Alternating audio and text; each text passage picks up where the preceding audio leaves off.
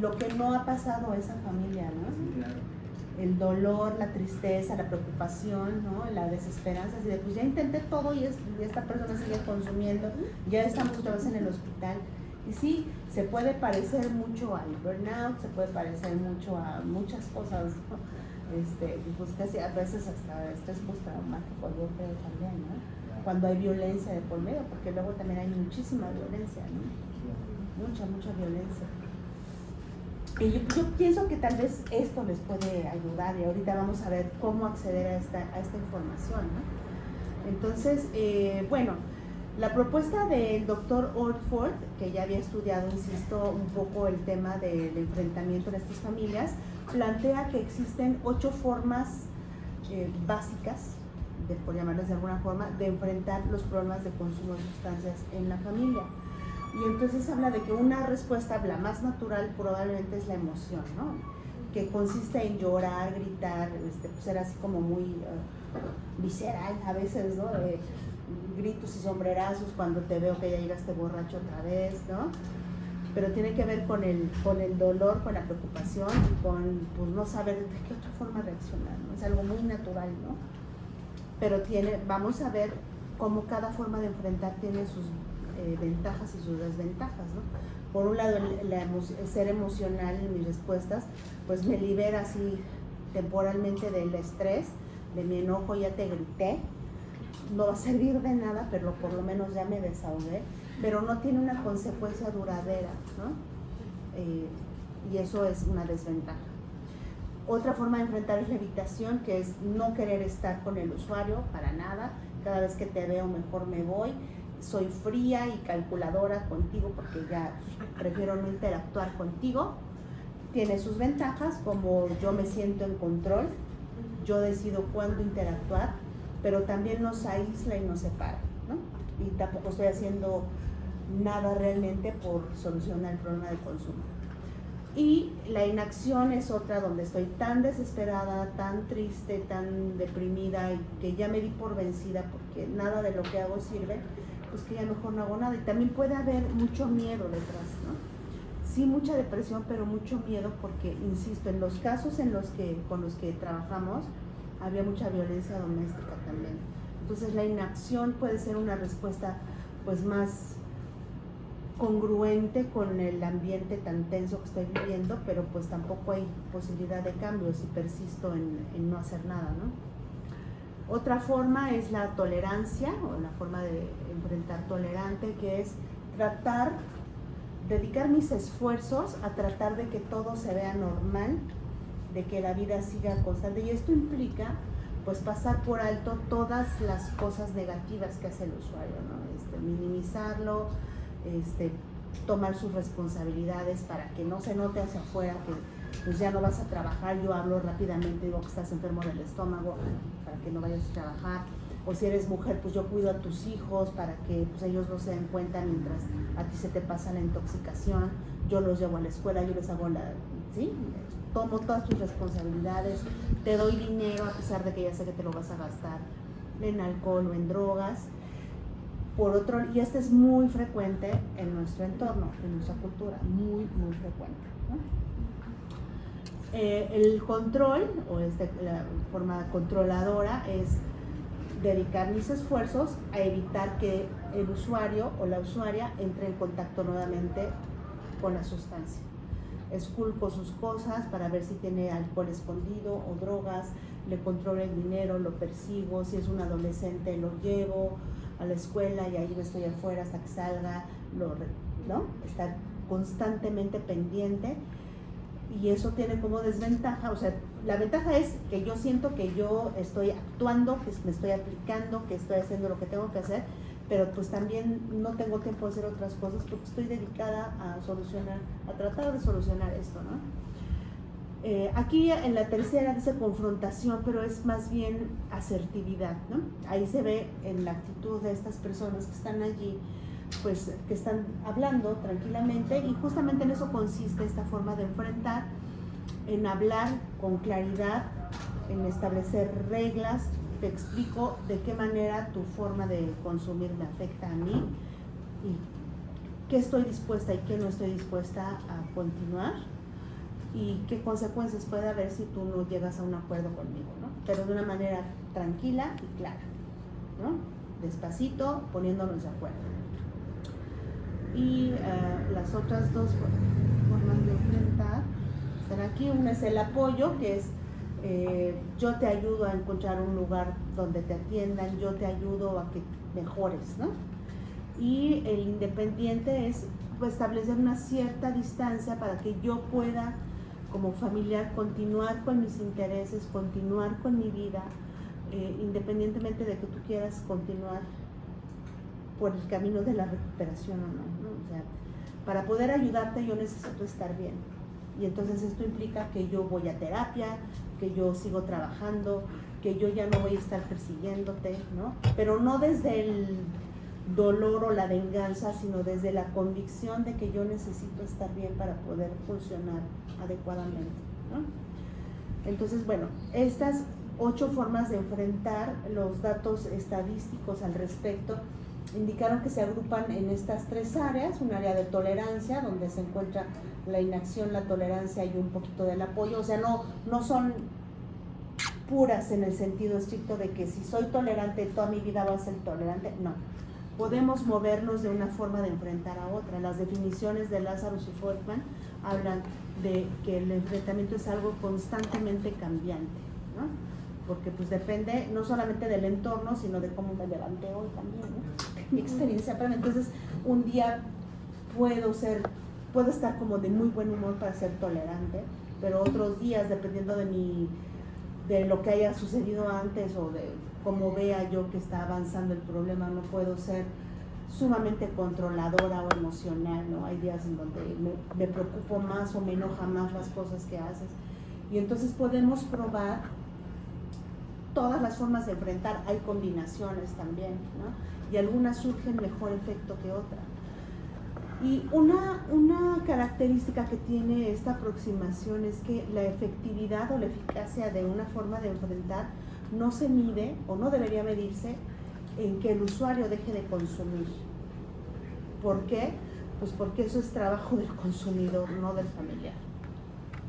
El trabajo del familiar es estar bien, es encontrar una manera de negociar con el usuario cuál va a ser el siguiente paso. Pero para que un usuario deje de consumir se requiere tratamiento para el usuario, ¿no? No puede ser por proxy, ¿no? Que yo, con las cosas que haga, tú vas a dejar de consumir, no. Si a los terapeutas nos cuesta tanto trabajo el cambio, pues no podemos responsabilizar, ¿no?, a un familiar del cambio conductual de un problema de adicción. Entonces, ¿y clínicamente qué tan viable y qué tan factible ha sido conseguir eso con los familiares? Porque tiene mucho sentido, sí, pero suena a que es complejo para varios de estos familiares llegar a ese punto en el cual efectivamente vean ese desligamiento entre mis acciones y mi autocuidado versus lo que está haciendo el paciente. Sí, por supuesto. Depende, sí se puede, ¿eh?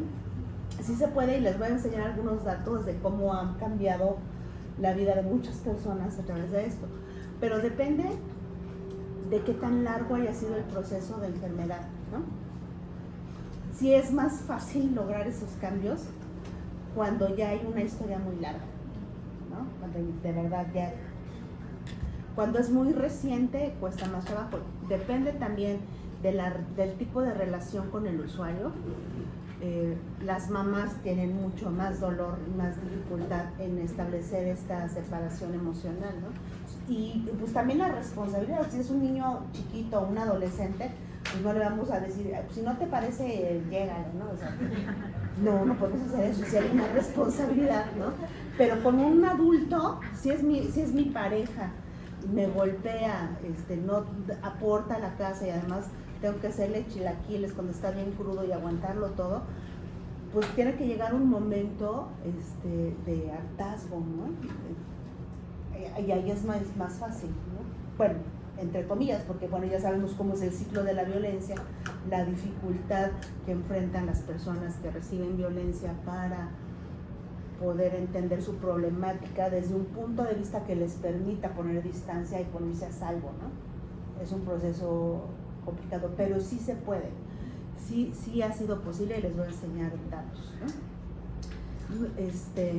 bueno, me voy a apurar porque sí hay muchas, pero ese es un buen punto y de hecho el primer cambio que tenemos que lograr o hacer que esta perspectiva sea aceptable para los terapeutas o consejeros, ¿no? O orientadores, porque sí es muy fácil cuando estamos en este intercambio y escuchando la experiencia de los familiares, pues irnos con la finta de o ahora hágale así para que no vea. No, o sea, ese es otro objetivo, ¿no?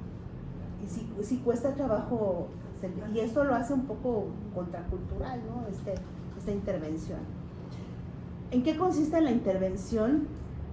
Lo voy a adelantar aquí tantito, en 5 pasos que están aquí. El primero es escuchar y explorar la problemática particular de cada familiar. Aunque seamos parte de un mismo núcleo familiar, lo que yo vivo y lo que vive mi hermana es muy diferente. Entonces, es un programa que se puede aplicar de manera individual o de manera grupal en familia, no grupal de todos los vecinos de la unidad habitacional, no, o sea, los mismos miembros de una misma familia, ¿no? El segundo paso es proporcionar información objetiva y relevante, ya sea para que los familiares tengan una mejor comprensión del proceso adictivo y hasta dónde llega su responsabilidad, o darle más relevancia a los problemas, ¿no? Porque a veces se normalizan, ¿no? Como les decía, ya fumar marihuana ya a nadie le importa, ya a nadie le molesta, porque es normal, pero tiene muchas implicaciones, sobre todo cuando se trata de adolescentes, ¿no? O de personas más chiquitas, o si se prefieren ciertas sustancias sobre otras, ¿no? O sea, ¿cómo preferiría que usaras cocaína como inhalante, no como inhalables, ¿no? Entonces, pues todas son drogas, ¿no? O darle su justo valor también, porque a mí me tocó una vez trabajar con una señora que su hijo de 18 años, o sea, si estaba joven el chico, había llegado a casa con aliento de cerveza, no estaba borracho, era la primera vez que sucedía y la señora lo quería meter a una granja, ¿no? O a un anexo. Había una historia detrás de su temor porque ella provenía de una familia donde había habido mucho alcoholismo, muchas personas con alcoholismo. Entonces esto le encendió todas las alertas, pero su reacción fue excesiva con respecto a la conducta del chico, ¿no? Entonces, este segundo paso nos permite como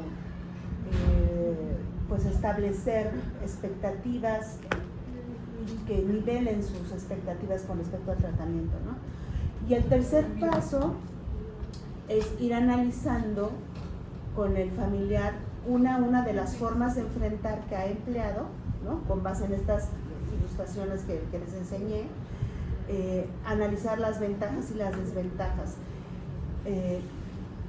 Con respecto a lo que esta persona ha obtenido como resultado. Recordemos que el objetivo no es que el usuario deje de consumir, sino que yo, familiar, me pueda sentir en un mejor lugar y tener una mejor perspectiva de mi vida, y sentir bienestar, ¿no? Eso a veces cuesta un poco de trabajo, pero sí se puede.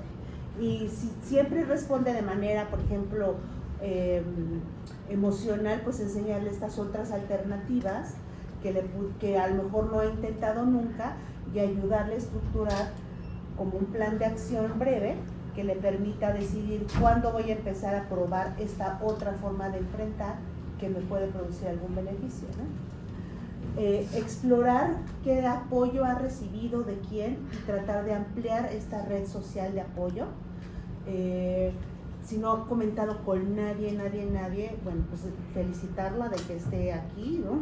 Comentando con nosotros, y alentarla a hablar con alguien más, a discutir el problema en familia, a hablarlo con algún amigo, porque el simple hecho de que nos escuchen siempre ayuda, y ustedes lo saben muy bien, ¿no? Y finalmente, si se detectan otras necesidades, pues canalizar a fuentes especializadas de ayuda. Si hay violencia, pues a un lugar donde atiendan esta problemática. Si hay una necesidad de salud física, pues canalizar a ese otro lugar. ¿Qué características tiene el modelo? Bueno, pues como ya se basa en este modelo de estrés y enfrentamiento, la intervención como tal tiene algunos principios cognitivo-conductuales, pero no es 100% estructurada como otros programas, sino que nos da mucha libertad también de ejercer nuestras habilidades clínicas de escucha, etcétera. Es una intervención breve.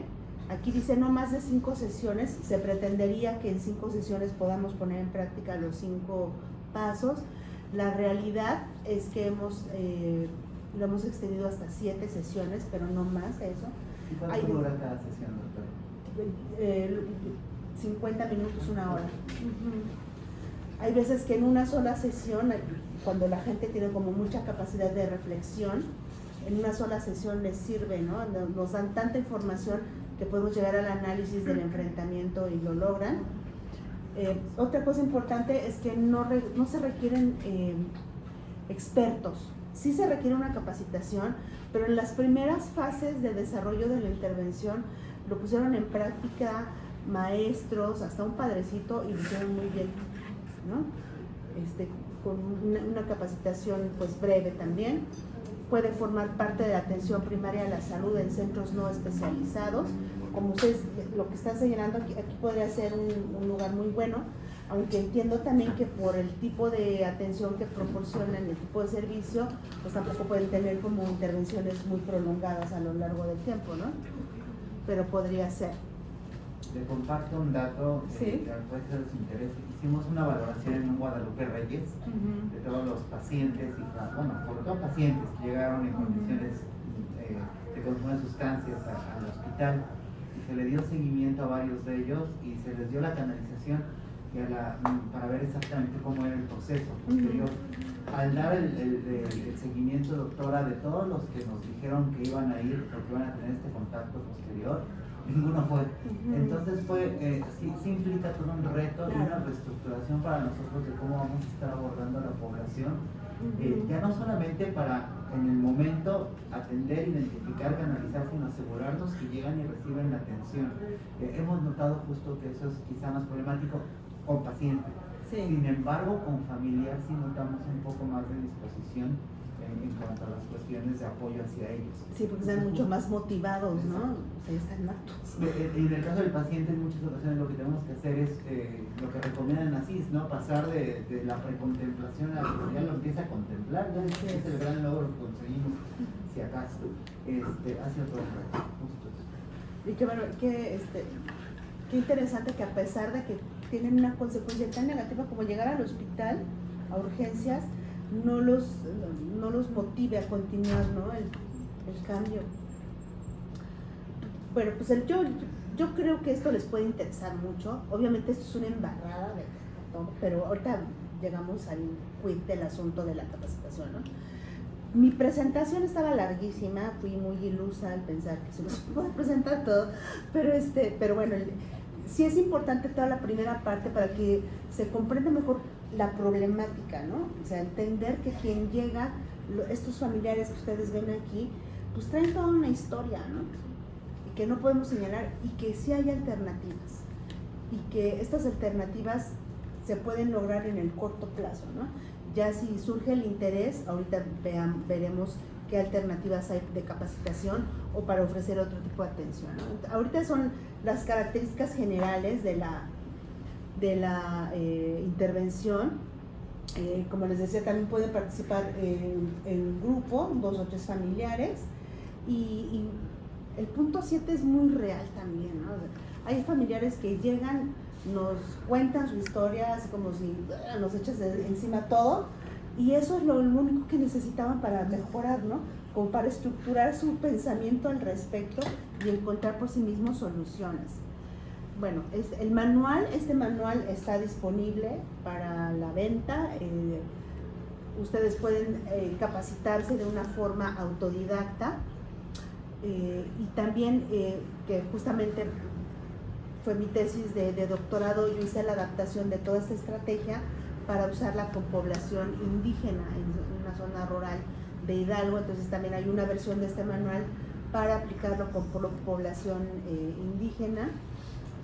Y bueno, traía estas diapos que están más detalladas sobre cada uno de los pasos, pero bueno, dado el tiempo me las voy a pero los podemos invitar a una capacitación si ustedes quieren eventualmente, ¿no?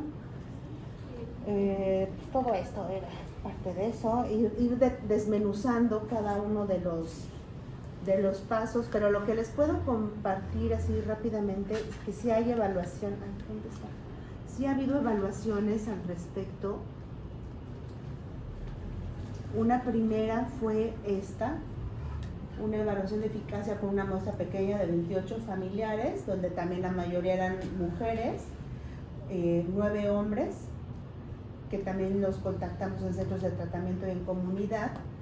Y lo que observamos con estos participantes fue que al finalizar la intervención sí lograron estructurar un plan de acción y ponerlo en práctica, es decir, identificar formas de enfrentar que no habían usado antes y dijeron, esta me puede servir, los ayudamos a que las pusieran en práctica, y sobre todo que hubo una reducción del malestar que habían reportado al principio. Se redujeron los síntomas físicos y los síntomas psicológicos, y también se observaron, tanto por su reporte como a través de instrumentos, cambios en las formas de enfrentar. Y bueno, esto nos hablaba de que pues era una forma viable, ¿no? Por ejemplo, en el involucramiento, ¿se acuerdan de los aritos, ¿no? Que les mostré? Las formas de enfrentar involucradas, o donde hay una sobreinvolucración, se redujeron aquellas que eran como negativas y se incrementaron en frecuencia aquellas que son un poco más positivas, ¿no? Como ayudar económicamente, etcétera, ¿no? La tolerancia también se redujo. Estas formas de enfrentar donde se pasa por alto todo, se redujeron esas formas de enfrentar. Y las de retiro, donde está la independencia, el continuar con mi vida, pues incrementó en algunos casos, y en al menos 2 se observó que estos cambios fueron estadísticamente significativos, ¿no? El continuar con sus propios intereses y ponerme yo por delante, ¿no? Darme prioridad a mí mismo. Ahí hubo cambios estadísticamente significativos en esta muestra pequeñita, ¿no? Con respecto a los síntomas psicológicos, pues miren, también todo se redujo excepto la preocupación. La gente siempre va a estar preocupada por su ser querido, ¿no? Pero sí se redujeron todos los demás, como sentirse sin esperanza, inquieta, o perder el interés en otras cosas, sentir pánico, no poderse concentrar. Los síntomas físicos también, la sensación de mareo, presión constante, la mayoría de estas cambiaron, ¿no? Se redujeron en frecuencia. Y bueno, esto es parte, les iba a mostrar también esto es parte de cómo adaptamos esas imágenes que al principio usábamos para explicar cada forma de enfrentar, las adaptamos al contexto indígena.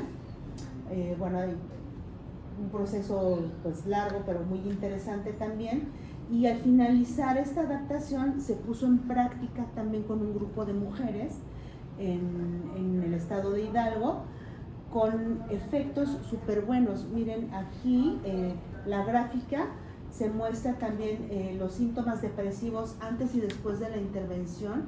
Hubo 2 grupos, un grupo que recibió la intervención y un grupo sin intervención, que se puede llamar control, pero no era estrictamente un grupo control. Pero quienes recibieron la intervención se redujeron sus síntomas depresivos de una manera muy importante, estadísticamente significativa, y también en su discurso de cómo veían la problemática se transformó. O sea, al principio esta intervención, este estudio que hizo la maestra Guille, ella misma dio la intervención. Entonces lo que ella registraba era que el discurso de estas mujeres era: no sirvo para nada, ya mejor me muero, ya mejor me quiero morir, mejor, ¿no? Yo nomás me la paso ahí llorando, tengo miedo todo el tiempo, ya no sé qué hacer.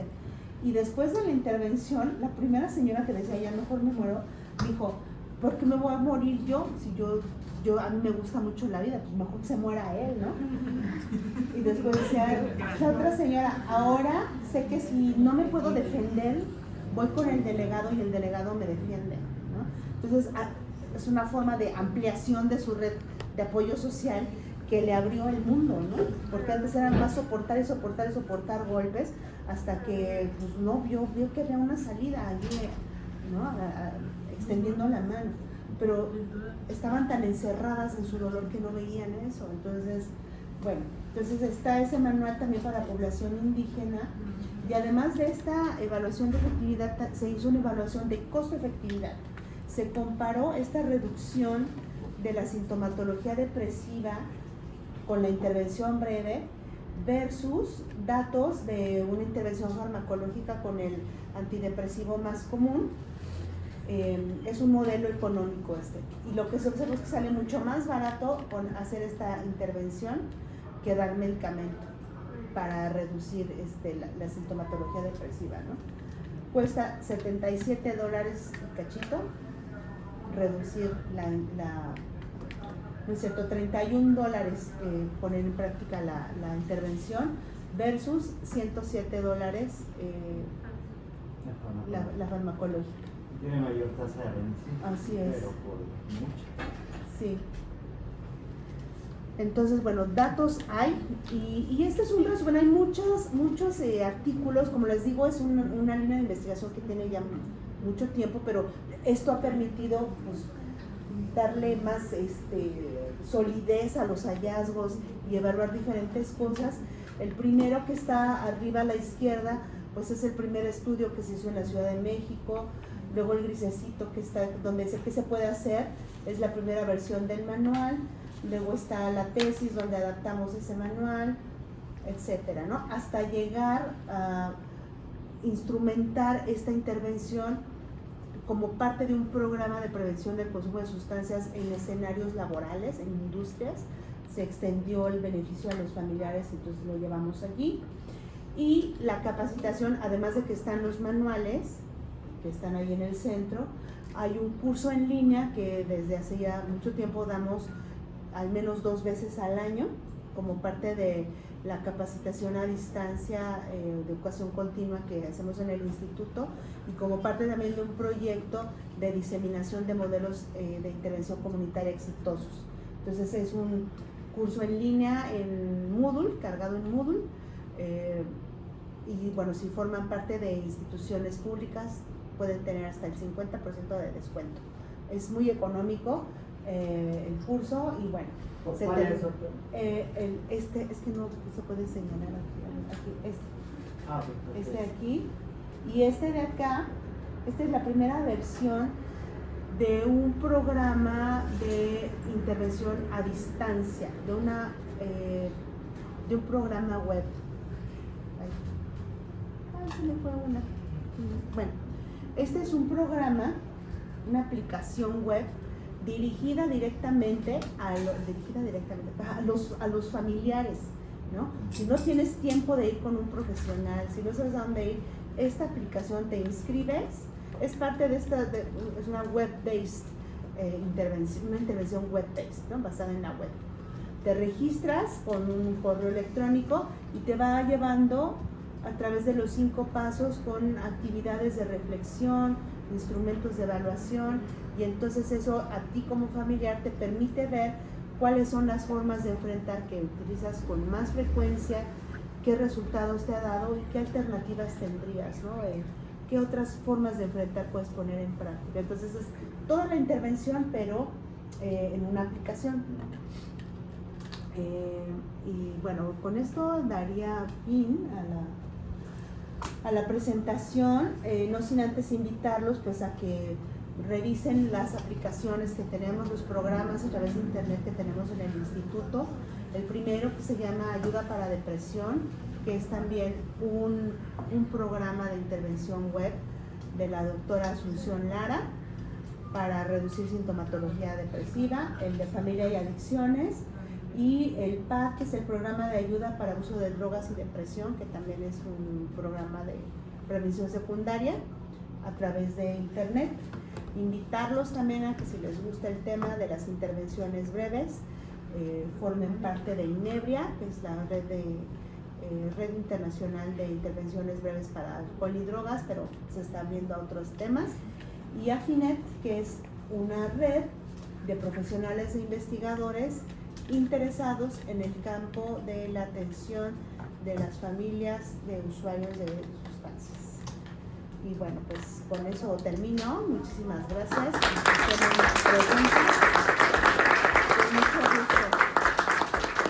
Gracias, doctora. Pues vamos a aprovechar, ¿tiene tiempo todavía? Sí, sí, sí, perfecto, pues aprovechamos el tiempo para que le puedan externar a la doctora las dudas, las preguntas, los comentarios, las experiencias que han tenido precisamente con este trabajo con los cuidadores primarios de los pacientes que tenemos acá y los retos que hemos visto, ¿vale? Bueno, en un primer punto que le quería comentar en lo que ellos van pensando, sí, es justo por la necesidad que han tenido que desarrollar las distintas generaciones que hemos tenido acá y las actuales de ir pues cada vez más, justo esto, doctora, ir capacitándose para poder dar intervenciones breves y a veces ya hasta a distancia, sobre todo ahorita en el contexto de pandemia, para los pacientes que tenemos que llegan por consumo de sustancias. Lo que le comentaba justo es la particularidad que tenemos, que está muy marcada. Muchos de ellos nos llegan a morir y entonces una de las grandes cosas que vemos en los familiares son cuestiones de culpa, cuestiones de puedo haber hecho algo más. ¿Alguna recomendación? Seguro, seguir capacitándonos en la cuestión emocional, pero en su experiencia, ¿qué nos recomendaría para abordar estos familiares que tienen esta percepción con respecto a lo que hicieron, el papel que jugaron con el paciente que finalmente acabó falleciendo?